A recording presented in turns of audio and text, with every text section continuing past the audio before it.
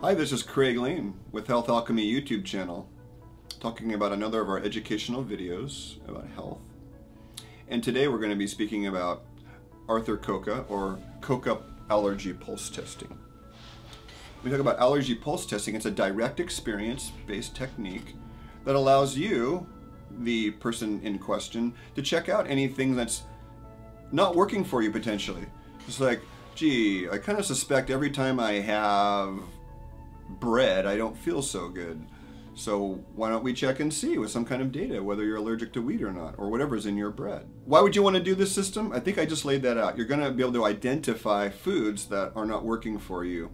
And if you do the elimination program, which we talked about in another YouTube, and this, then what you're going to be able to do is leave foods out of your diet that are causing inflammation, that are lowering your energy, that are congesting you, and might be outrightly poisonous for you. Because what one person's medicine can be another person's poison. There are no universals. So if someone tells you, this works for me, and it should work for you, you run. If it worked for someone, there is no bearing on you at all.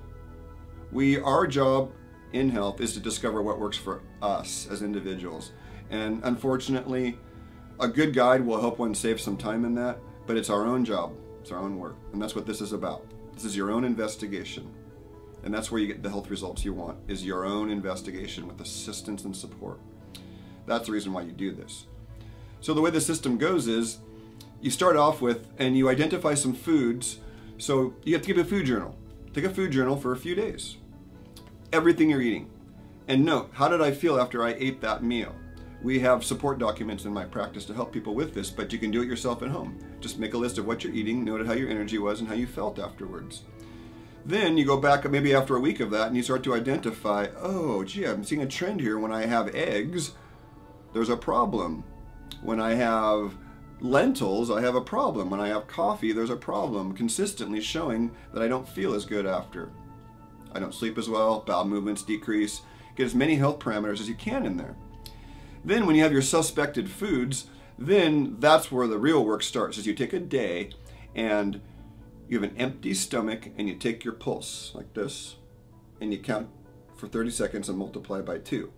So if you get 30 beats in 30 seconds, multiply by 2, then you've got 60 beats per minute pulse.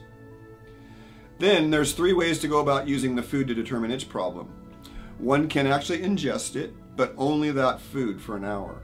So you have a small amount, maybe 1 bite. Could be a bite of hamburger, bite of an egg, bite of cheese, bite of wheat, whatever is in question. And you take your pulse a half hour and an hour later. So if your pulse was 60 before you ate it and it jumped more than 5 points, a half hour and an hour later, you know you're dealing with some form of irritation intolerance.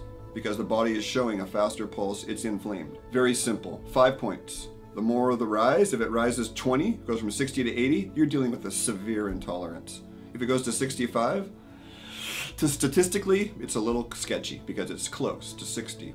So the higher, the better. If it drops, that's something we would want to investigate too, because then the system has become sedated from whatever it is you're eating. That might be okay, but we'd want to look into that. That's really the long and short of it. It's that simple. Coca allergy pulse testing. 2 other ways, really simply, that I've seen recommended is you put the food on the tongue. Take the pulse with the food resting on the tongue. If you're sensitive, that would be enough.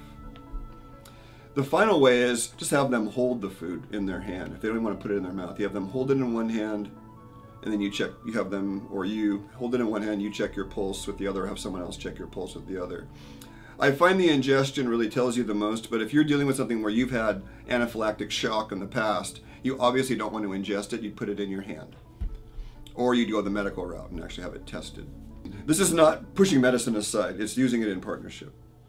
This is Coca's allergy pulse testing, and Craig Lane doing our educational YouTube channel on health. Hope you have a great day.